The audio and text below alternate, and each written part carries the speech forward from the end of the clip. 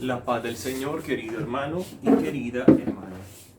Epístola de los Hechos de los Apóstoles, capítulo 9, versículo 31 al 42. En aquellos días la iglesia gozaba de paz en toda Judea, Galilea y Samaria.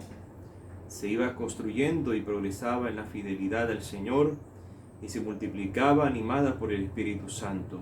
Pedro recorría el país y bajó a ver a los santos que residían en Lida.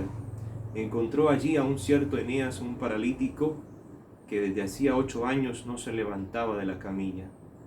Pedro le dijo: Eneas, Jesucristo te da la salud, levántate y haz la cama. Se levantó inmediatamente, lo vieron todos los vecinos de Lida y de Sarón y se convirtieron al Señor. Había en Jaffa una discípula llamada Tabita, que significa Gacela. Tabita hacía infinidad de obras buenas y de limosnas. Por entonces cayó enferma y murió. La lavaron y la pusieron en la sala de arriba. Lida está cerca de Jaffa. Al enterarse los discípulos de que Pedro estaba allí, enviaron 2 hombres a rogarle que fuera a Jaffa sin tardar.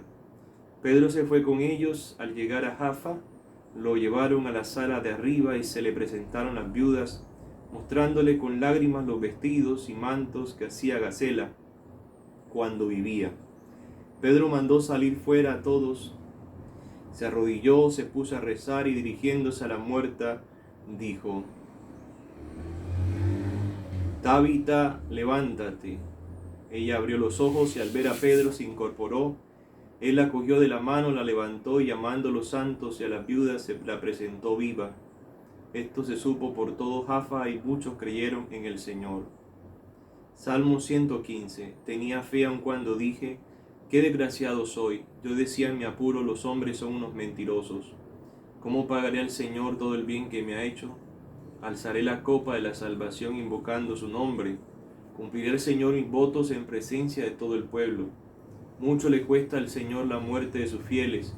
Señor, yo soy tu siervo, siervo tuyo, hijo de tu esclava. Rompiste mis cadenas. Te ofreceré un sacrificio de alabanza invocando tu nombre, Señor. Cumpliré al Señor mis votos en presencia de todo el pueblo, en el atrio de la casa del Señor, en medio de ti, Jerusalén. Continuación del Santo Evangelio según San Juan, capítulo 6, versículos 60 al 69. En aquel tiempo muchos discípulos de Jesús al oírlo dijeron: este modo de hablar es duro, ¿quién puede hacerle caso? Adivinando Jesús que sus discípulos lo criticaban, les dijo: esto os hace vacilar. Y si vierais al Hijo del Hombre subir a donde estaba antes, el Espíritu es quien da vida, la carne no sirve de nada. Las palabras que os he dicho son espíritu y vida, y con todo algunos de vosotros no creen. Pues Jesús sabía desde el principio quiénes no creían y quién lo iba a entregar. Y dijo: por eso os he dicho que nadie puede venir a mí si el Padre no se lo concede. Desde entonces muchos discípulos suyos se echaron atrás y no volvieron a ir con él. Entonces Jesús les dijo a los 12: ¿también vosotros queréis marcharos? Simón Pedro le contestó: Señor, ¿a quién vamos a acudir? Tú tienes palabras de vida eterna. Nosotros creemos y sabemos que tú eres el Santo, consagrado por Dios.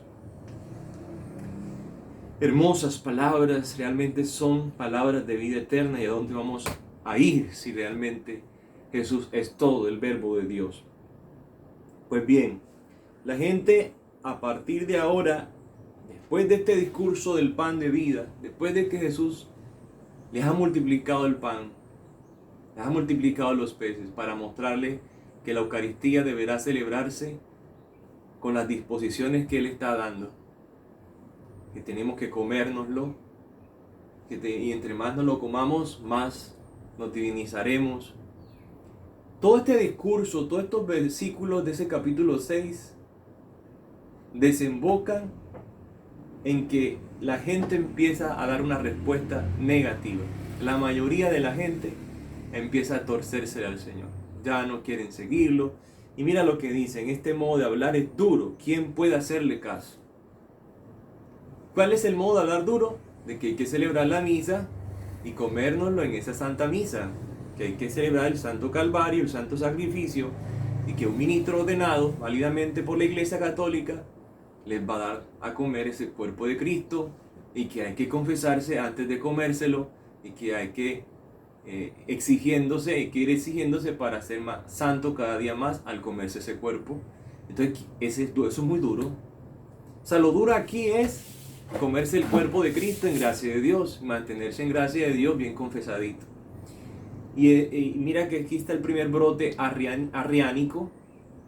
Los arrianos no van a creer en la presencia real de Cristo, lo consideran un modo de hablar muy duro. Los arrianos van a creer que Cristo es un hombre y que no es Dios, y por lo tanto, pues eso de que nos va a dar vida eterna a través de un pedazo de pan convertido en su cuerpo, pues eso es pura carreta. Los arrianos empezaron a dudar de la presencia del Señor.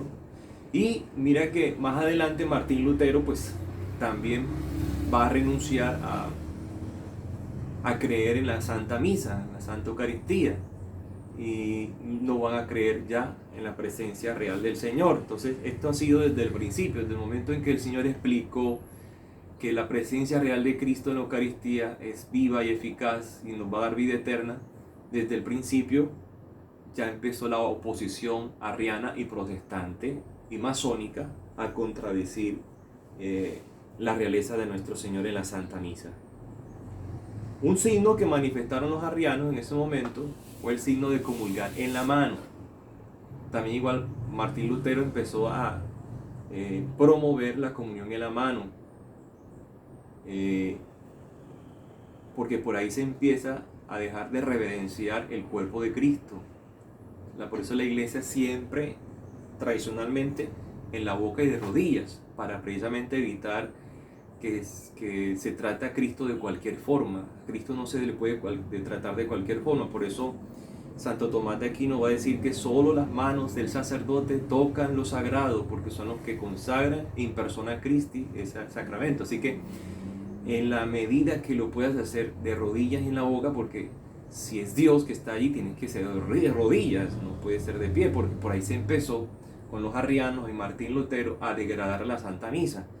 Entonces no nos puede pasar lo mismo a nosotros. Tenemos que conservarnos católicos y a pesar de este tiempo en el que estamos, tenemos que, pues las personas que son conscientes de lo que se está diciendo, retomar y pedirle perdón a Dios por haberlo comulgado sin reverencia, sin respeto, porque aquí el problema es el respeto, la reverencia frente al Santísimo Sacramento.